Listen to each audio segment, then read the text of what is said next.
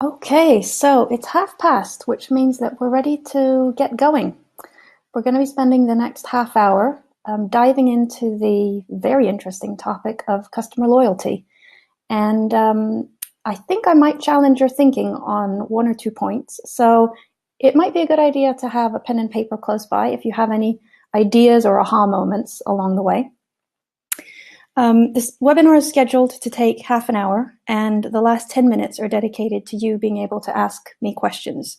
So if you have any questions that pop up along the way, then you just write them in the chat here on the webinar platform, and then I'll answer as many questions as I possibly have time for right at the end.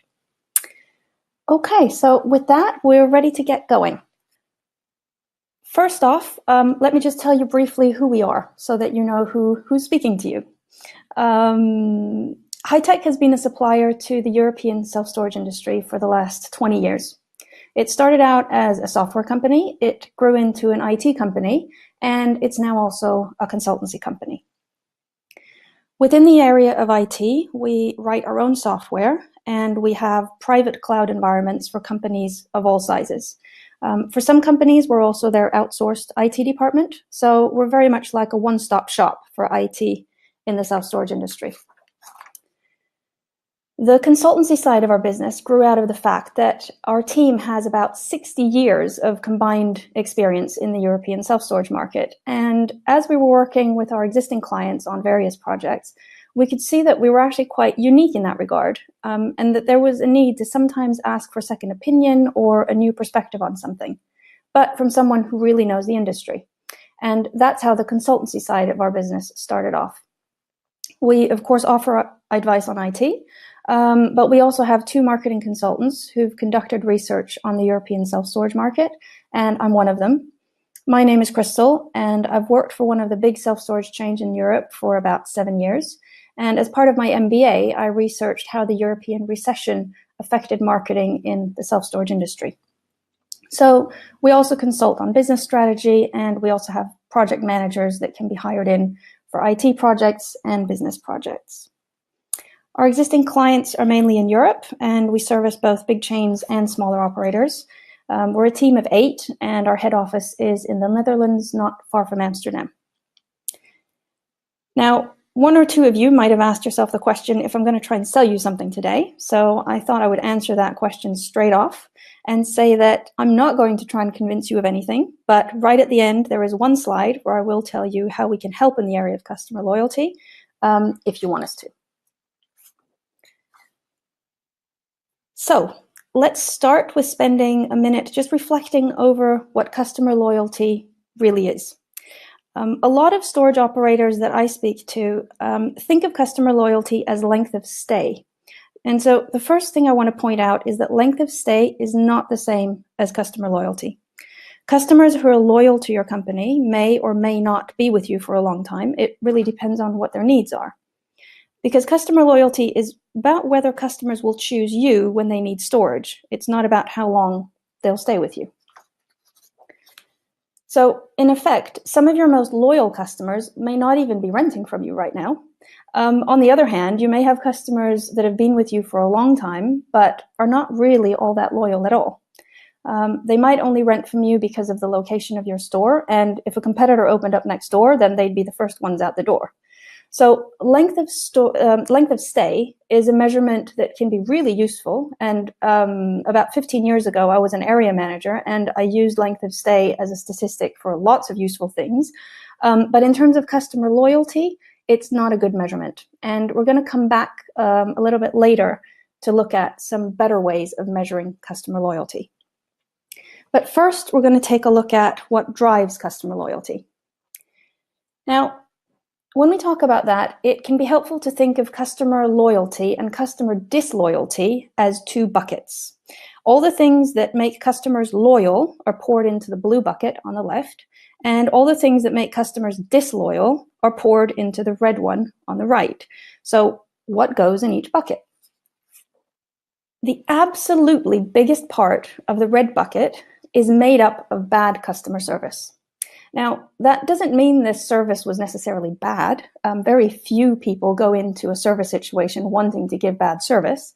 But It's a situation where the customer has perceived it as being unhelpful or aggravating, or they simply just couldn't get their problem fixed.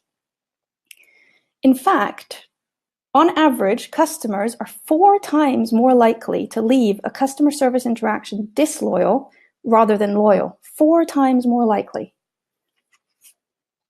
So if bad customer service makes up most of the red bucket, then it would follow logically from that that good customer service is the biggest part of the blue bucket, right? And that if you had great customer service, your customers would be even more loyal. And if you had outstanding customer service, you would have the most loyal customers around, right? That would make sense. The thing is, though, consumer research doesn't support that notion at all.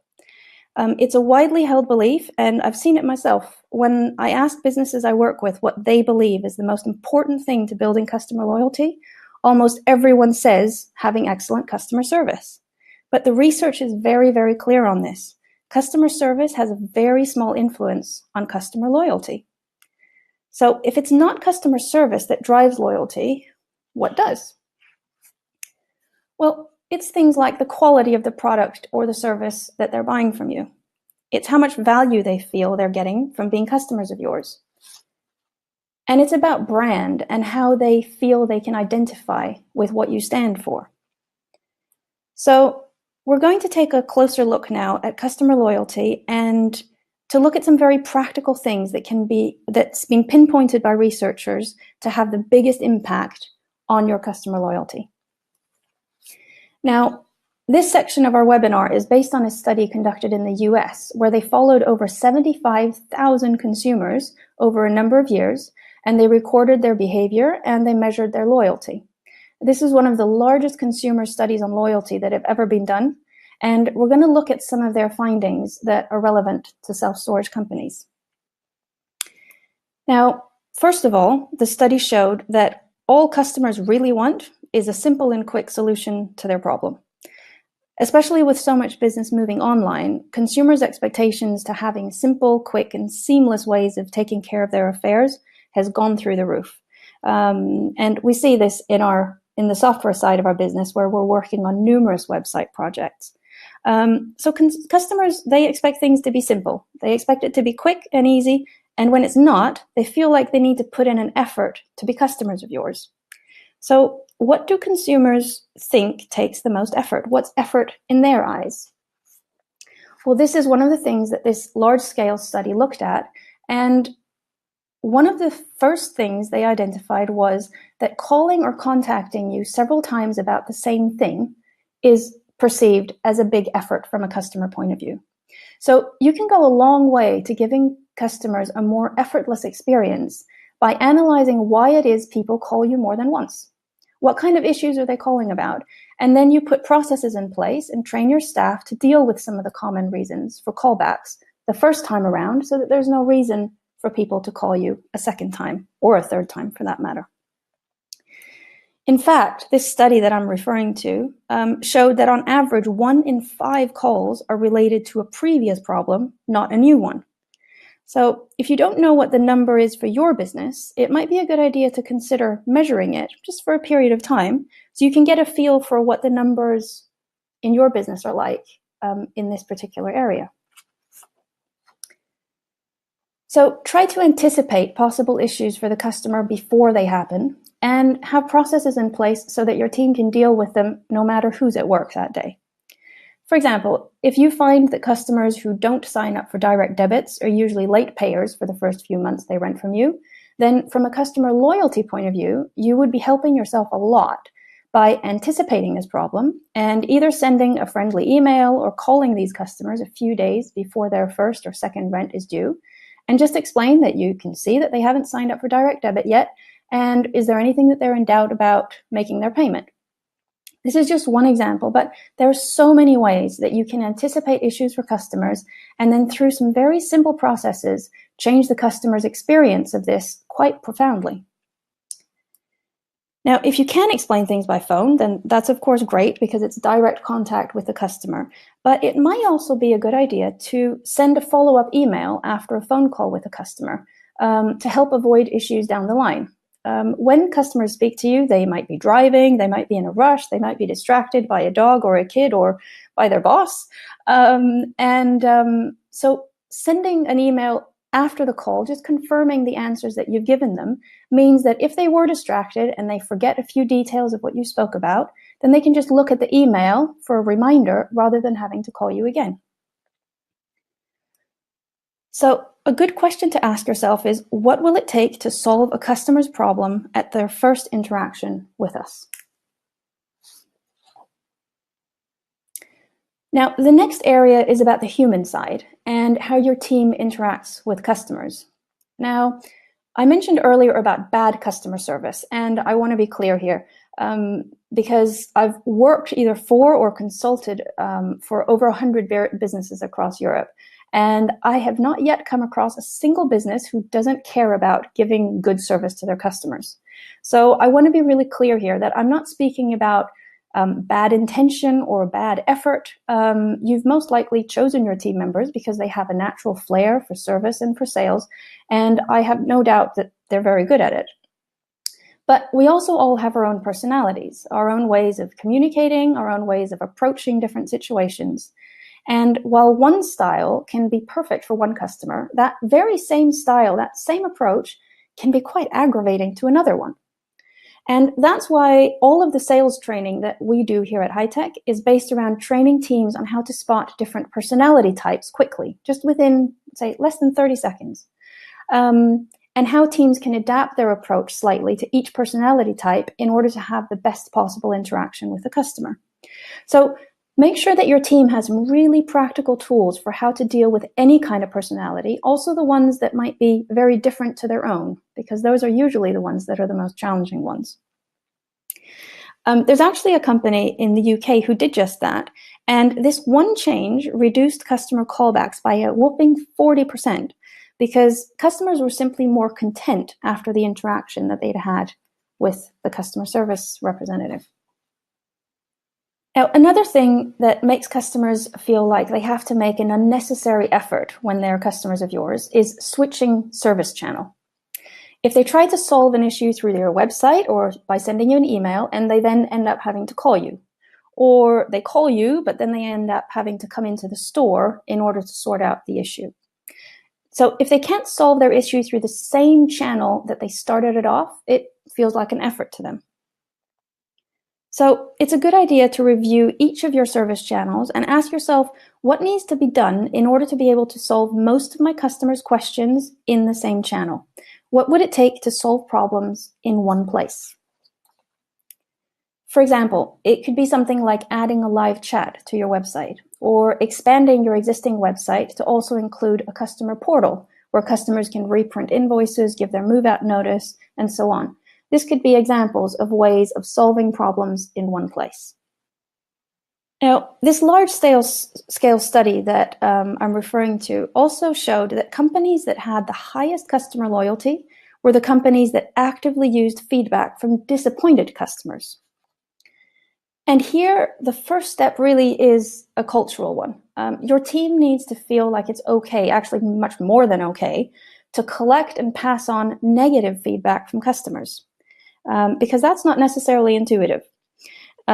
Your team needs to be trained on how to speak to disappointed customers. Like I spoke to you just a few minutes ago about different personality types. Being able to adapt your style to the kind of customer that you're dealing with is especially important in a situation where the customer is feeling disappointed or frustrated or just generally more emotional. And then whatever feedback or information about customer disappointment that you do get, make sure that you use it to influence your decisions about which improvements you make, and you communicate that to your team. Because if they can see that the feedback is being put to use and they're not being penalized for it, then they won't feel as reluctant the next time along passing it on to you. So when you want to work actively on building customer loyalty, the places to start are by identifying what it takes to create a seamless customer experience by you, by training your team on how to handle different personalities. Even those who are natural people's people will probably need a bit of training. Review which data you have about your customers. See how you can use it to get to know them better. And then consistency, consistency, consistency, consistency. In your branding, in your communications, customers want to know what to expect when they rent from you. So make sure that whatever values or branding that your company stands for, make sure that this runs through every single interaction your customer has with you, from the signs in the elevator to the emails you send to the invoices you send.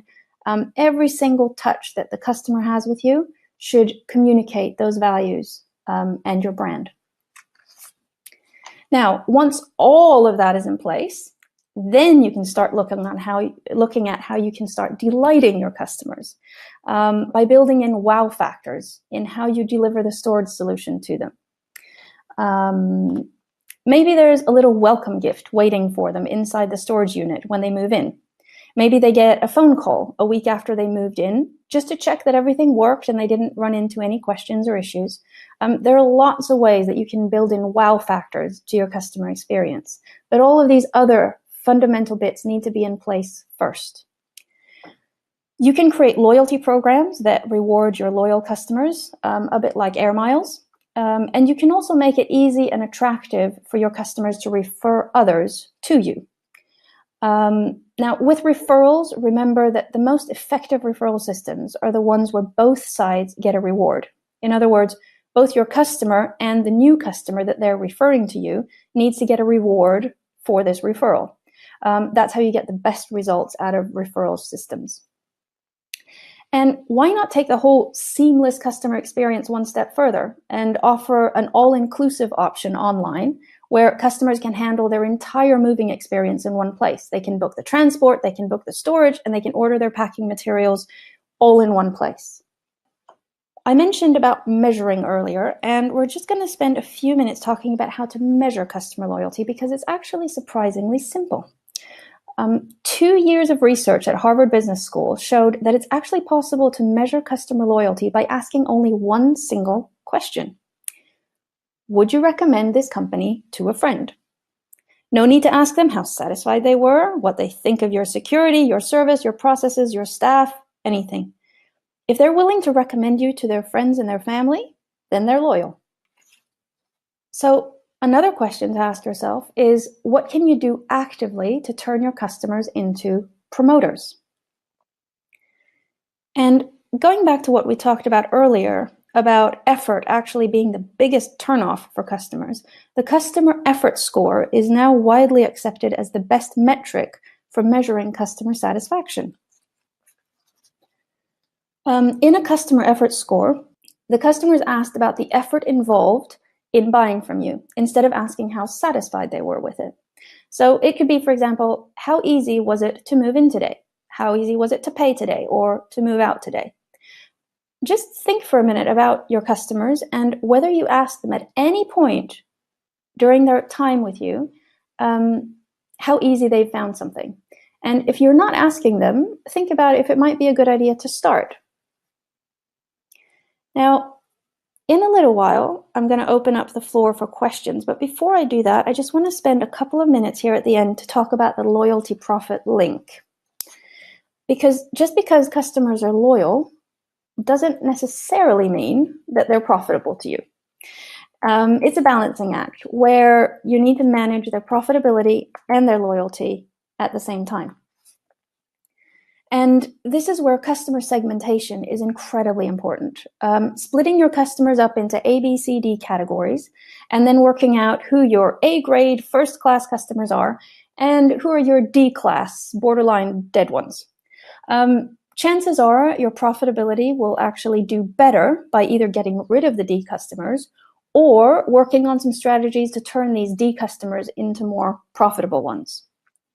Now, one study showed that something as small as a 5% increase in customer loyalty increased profits between 25 and 85% across a number of companies. So there's a huge potential in customer loyalty if you approach it the right way. Now, I told you at the beginning that I would give you one slide on how we can help, so that's the one coming up now. If you feel like there are areas in customer loyalty that you'd like to work on, but that you'd like a little bit of help structuring the process, then we've set up an online loyalty workshop in about 2 weeks. We give you a workbook, and then you log on to a 3-hour workshop where we'll take you through all of the different areas, step by step, that you should be looking at in order to create an action plan for yourself and for your business about how you want to be working on customer loyalty. The workshop is usually €159, but we've done a special offer here for anyone who signs up by Wednesday next week, where it's €129 per person. If there's several people from your team that want to join the workshop, then just let me know, because then we'll be able to give you a team rate instead of an individual rate. I also spoke earlier about training teams on how to deal with different personality types in sales and service situations. And what we've done is we've taken our in-house training and adapted it to a 3-hour online training that we can deliver to your team. We teach them a very simple system to identify which personality type they're dealing with, and then some tips and tricks and tools for how to adapt their approach to each personality type. The training itself is 3 hours, and then they get some homework and some case studies to do in their own stores, and then we reconvene a week later to go through what they've learned from that. Now, the price of this training depends on the size of your team, so if this is something that you're interested in, just get in touch and I can give you more details. And then finally, we can help with various different types of consultancy, reviewing your customer journey, pinpointing where we think you can make improvements. Because we're also a software company, we have some great web developers in our team. So they can either build you a completely new website or just give you advice on how you can improve your existing one. We can run a variety of trainings, reviews, etc. So if this is something that you're interested in, just feel free to get in touch and we can have a chat. Now, with that, we've got to a point in the webinar where the virtual floor is open to questions. So I can see that a few of you have already popped some questions onto the chat. If any others have questions they'd like to ask, then just feel free to post them in the chat and I will work through as many as I can. So let me just take a quick look here. Oh, here's a very good one. This webinar is all about customers that are already customers, but is there anything I can do in marketing to attract customers that will be more loyal? Now, this is a topic that I could talk about for about 2 hours, so I'll try to restrain myself. But thank you, Marie, for that question, and you're absolutely right. What I've been talking about today is how you can work with your customers when they are already customers. But there's a huge amount that you can do already on the marketing side in order to attract customers that will be more loyal and stay with you for longer. Something as simple as discount plans. Looking at which discounts you offer can actually make a huge difference to how price sensitive customers you attract. If you are running discounts where that are very price focused, where you offer either a percentage off or an amount off, or move in for £1, €1. Those types of discounts will typically attract very price sensitive customers because that's what they're looking for. They're looking for a great deal. The thing is, though, there's more than one way to offer a great deal, and another way to offer a great deal is by offering value instead.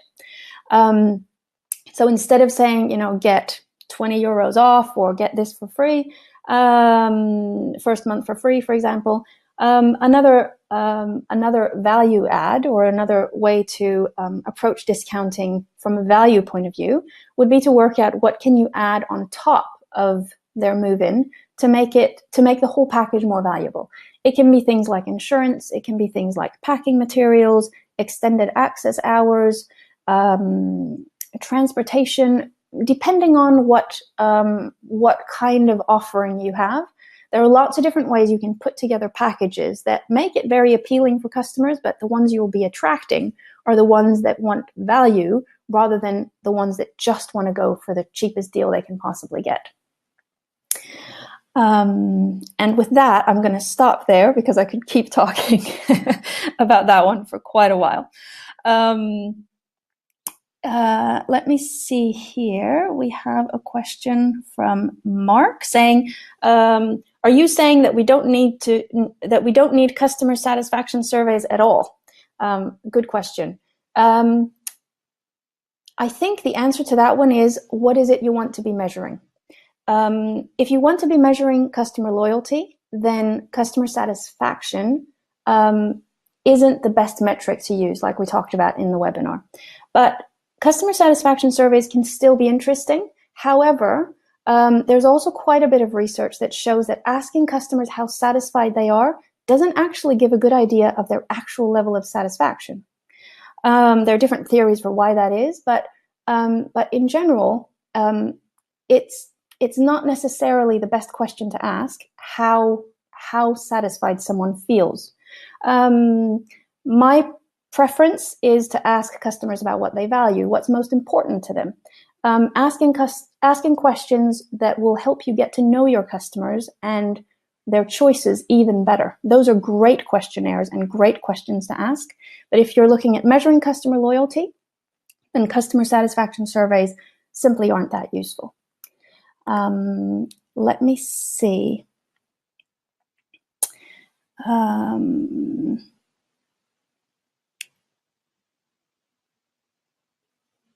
Here's another one. You talked about customer segmentation. How would we go about doing that? We've never done it before. Again, this is a topic that could take more than a few minutes. But to give you a very quick run through, this is typically something that you would want to be doing with your store managers who know their customers, and where you would start with a whole group of customers and then you identify some metrics. It can be things like length of stay, how big their unit is, when their latest price increase was, their type of payment maybe even, whether they pay on time or not. Lots of different factors that go into determining who are your best customers and who are customers that you'd like to work on or get rid of in some cases. Customer segmentation is something that we're going to talk about a little bit more when we in the loyalty workshop that I mentioned. So we'll take you through a process there for it. Someone has asked about the Air Miles idea. You mentioned Air Miles. Do you know any storage companies that use this?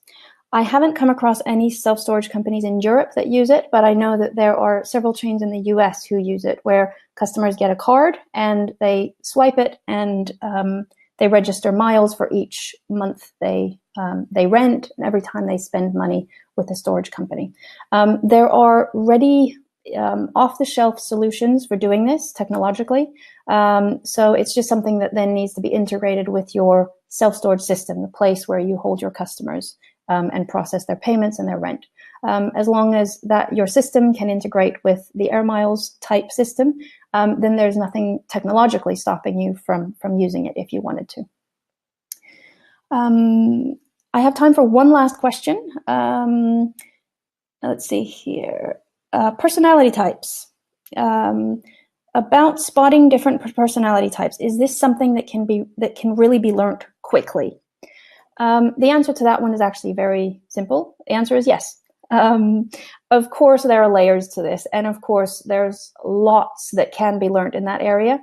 But in terms of getting some basic strategies for how to approach different types, being able to spot who's who, and knowing some practical tips for how you can give them information in a way that they respond well to, is something that doesn't need to take all that long.